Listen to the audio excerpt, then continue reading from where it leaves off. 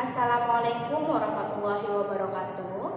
Selamat pagi untuk anak-anak Ustazah kelas 5A dan kelas 5B. Ustazah harap semua anak-anak Ustazah selalu dalam lindungan Allah Subhanahu wa taala. Dan jangan lupa untuk selalu berdoa, sholatnya jangan pernah lupa, apalagi sholat duhanya nih. Biasanya kita selalu lakukan di sekolah, tapi karena saat ini kita masih daring, maka kita jangan lupa pernah tinggalkan sholatnya di rumah ya anak-anak Ustazah.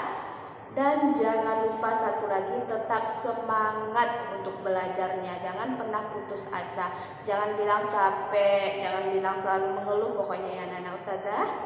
Selalu bersemangat, lakukan apa yang antum bisa untuk mencapai semua cita-citanya. Oke, sekarang kita masuk ke pembelajaran fikih anak-anak Ustazah, yaitu kita menyambung lagi materi dari sebelumnya. Sekarang materinya adalah hal-hal yang dilarang bagi perempuan haid. Adapun hal-hal yang dilarang bagi perempuan haid yang pertama, yaitu bagi perempuan haid itu dilarang untuk melakukan sholat, baik sholat wajib ataupun sholat sunnah lainnya. Sebagaimana yang riwayat Rasulullah, yaitu jika antum sedang haid, maka janganlah antum melakukan sholat. Jika setelah selesai, maka segeralah mandi untuk membersihkan darah tersebut, lalu kerjakanlah sholatnya. Itu sabda Rasulullah ya anak-anak Ustazah dalam sebuah hadis. Jadi jika anak-anak Ustazah sedang haid, maka jangan pernah antum semuanya, antuna ya anak-anak Ustazah, jangan pernah antuna melakukan sholat, baik itu sholat wajib ataupun sholat sunnah. Dan yang kedua, dilarang bagi perempuan haid untuk melakukan puasa. Sama hal seperti tadi, tidak boleh melakukan puasa wajib maupun puasa sunnah lainnya. Misalnya di saat bulan Ramadan, anak-anak Ustazah mendapat tamu ibaratnya kayak haid gitu ya anak-anak Ustazah. Jadi jangan pernah antuna untuk melakukan puasa. Jika nanti anak-anak Ustazah di bulan Ramadan itu mendapatkan haid, maka nanti akan harus wajib diganti ya anak-anak Ustazah, puasanya tersebut diganti kembali setelah masa haidnya sudah habis. Dan setelah lebaran itu wajib anak-anak Ustazah mengganti puasanya. Jangan sampai anak-anak Ustazah tidak mengganti, karena itu hukumnya wajib untuk anak-anak Ustazah mengganti puasanya. Dan yang ketiga, perempuan haid tidak dibolehkan untuk melakukan tawaf saat melakukan ibadah haji ataupun umroh lainnya. Sebagaimana sabda Rasulullah, yaitu jika antum haid, maka kerjakanlah semua ibadah haji ataupun umroh yang lainnya, tapi kecuali jangan kerjakan tawaf. Ya anak-anak Ustazah, jangan pernah melakukan tawaf ketika antuna melakukan ibadah haji atau umroh. Itu hadis riwayat Al-Bukhari 294 ya anak-anak Ustazah. Yang keempat yaitu anak-anak Ustazah, bagi perempuan yang haid, yang anak akhwat ya anak-anak, dilarang untuk memegang mushaf Al-Quran. Sebagaimana Allah berfirman dalam surat Al-Waqiah ayat 79 yang berbunyi, la yamassuhu illa mutahharun, yang artinya tidak ada yang menyentuh Al-Quran selain suci.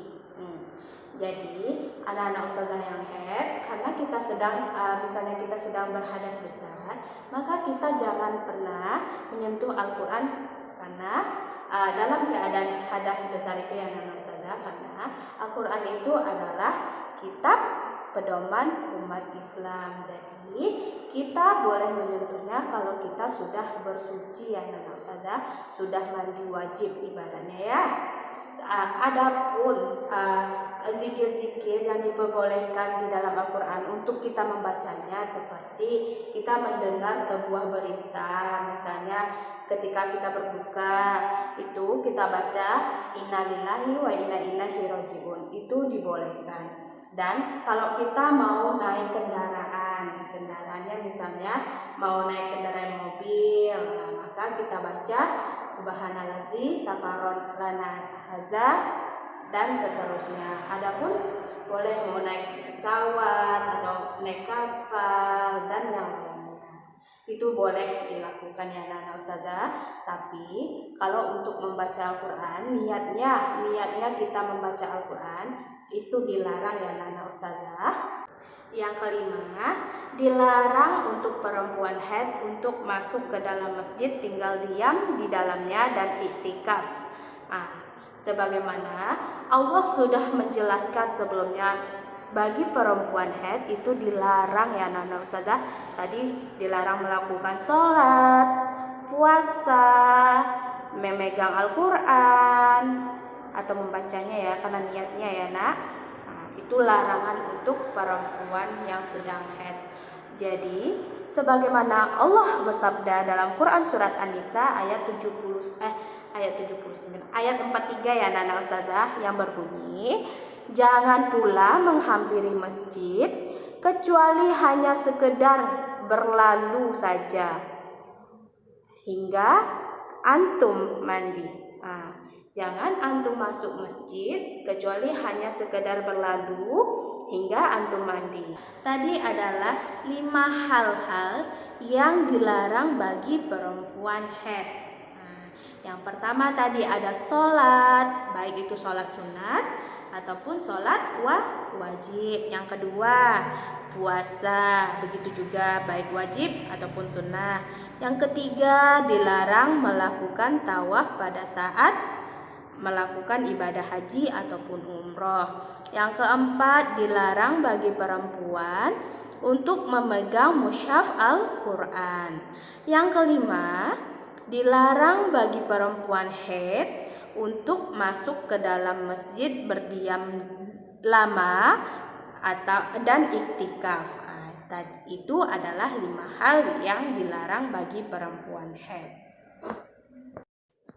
Oke, kita masuk yang ke D. Tadi hal-hal yang dilarang, sekarang hal-hal yang dibolehkan bagi perempuan haid. Yang pertama yaitu zikir kepada Allah. Tidak ada larangan dari Al-Quran dan hadis untuk ananda yang akhwat, yang haid ya, perempuan yang haid itu untuk berzikir kepada Allah ketika haid, sehingga kita diperbolehkan untuk berzikir ketika haid. Yang kedua, ihram dan wukuf di padang Arafah dan seluruh ibadah haji dan umroh. Tadi yang dilarang hanya tawaf ya bagi perempuan yang sedang haid. Semuanya boleh dilakukan kecuali yang tadi itu adalah tawaf. Yang ketiga, makan dan minum bersama wanita haid. Jadi ketika kita haid, ketika wanita para akhwat haid itu tidak ada larangan untuk makan dan minum. Yang coba lihat ucapan Aisyah ketika ana haid, ana minum, kemudian ana memberikan gelas kepada Rasulullah.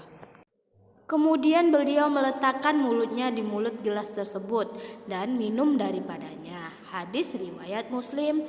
Jadi tidak ada larangan jika ada orang tua atau kakak antum yang haid, nggak ada larangan ya, itu dibolehkan antum meminum 1 gelas sama beliau. Dan yang ketiga, ucapan Abdullah bin Mas'ud, ana pernah bertanya kepada Rasulullah tentang makan bersama wanita haid, kemudian beliau bersabda, makanlah bersamanya. Hadis riwayat Ahmad dan At-Tirmidzi. Hadis ini hadis hasan.